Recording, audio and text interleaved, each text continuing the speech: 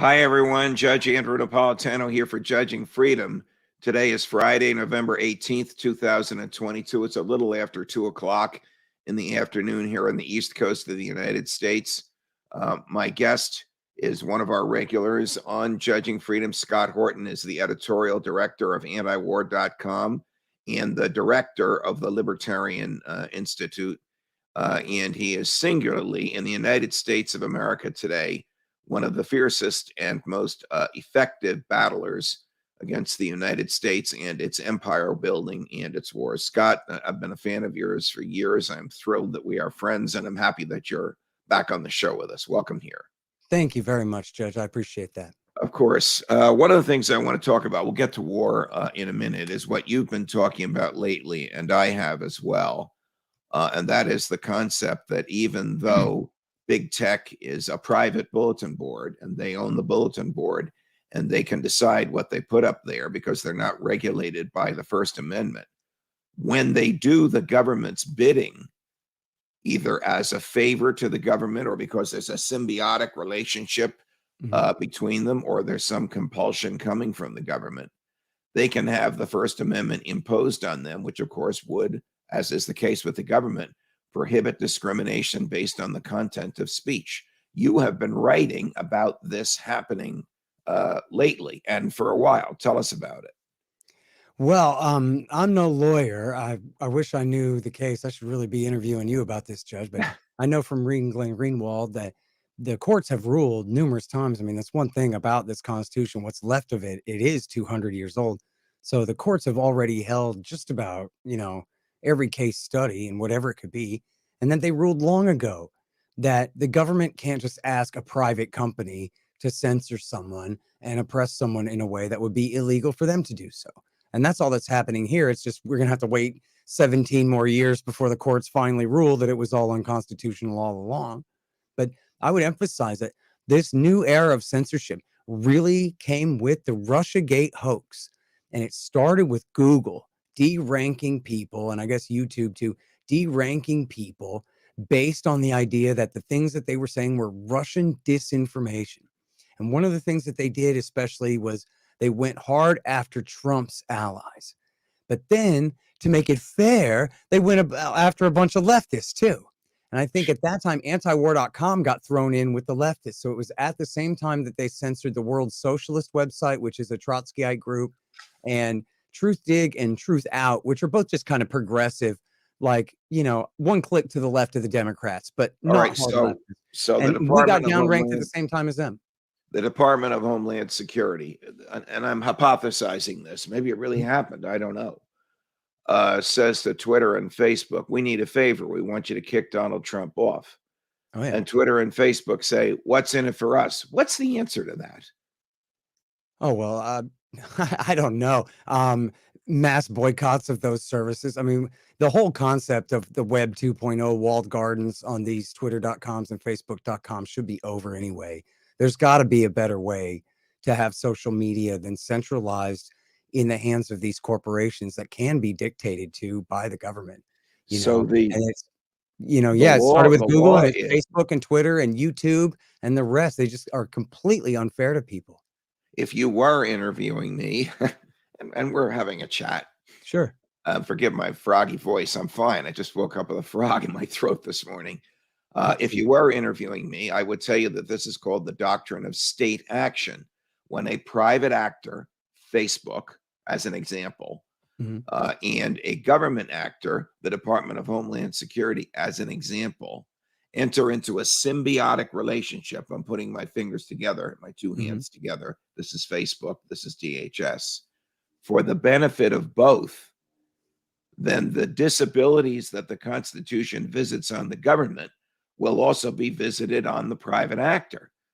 So if Facebook is censoring Trump or AOC or whoever it might be, because DHS wants it done, because DHS does not like the content of what Trump or AOC are saying, then Facebook will lose its immunity as a private actor and will be treated as if it's the government. And then you have the court scrutinizing every sanction that they impose to see if it's imposed because of the content of the speech, and it nearly always is. And then the next level of scrutiny will be, did the government ask you to do this? They're not going to want to answer that, but they're going to be compelled to do so. Now, they Mhm. have very smart lawyers who can explain just as easily or better as I just did what the law is. Why the hell would they do this? Well, to get away with it as long as they can, right? I mean, the idea, I don't even know. My follow-up there for you would be, is there a case right now that's even pending? Are they Yes, even yes, allowing people to have standing to there sue on this are right now?